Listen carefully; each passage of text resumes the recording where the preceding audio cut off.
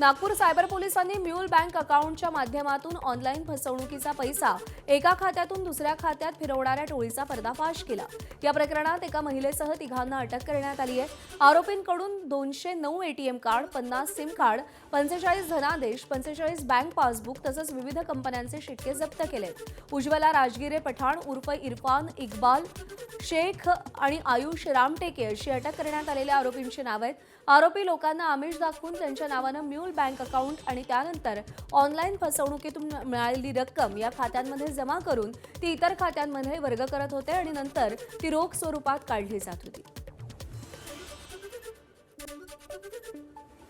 एकूण जवळपास 207 ATM card सापडलेले आहेत, 45 सिम कार्ड सापडलेले आहेत, 50 एक पासबुक सापडलेले आहेत, त्यासोबतच चेक्स काही सापडले आहेत आणि वेगवेगळे बँकेचे POS मशीन आणि स्वाईप मशीनसुद्धा सापडलेले आहेत। तर याचा जो आहे तपास करण्याकरिता सायबर पोलीस स्टेशनकडून 4 टीम्स गठीत करण्यात आलेले आहेत आणि आतापर्यंत 3 आरोपींना घेतलेले आहेत। आणखी आरोपींचं नाव निष्पन्न केलेलं आहे आणि त्यांनासुद्धा ताब्यात घेण्याची किंवा अरेस्ट करण्याची प्रक्रिया सुरू आहे।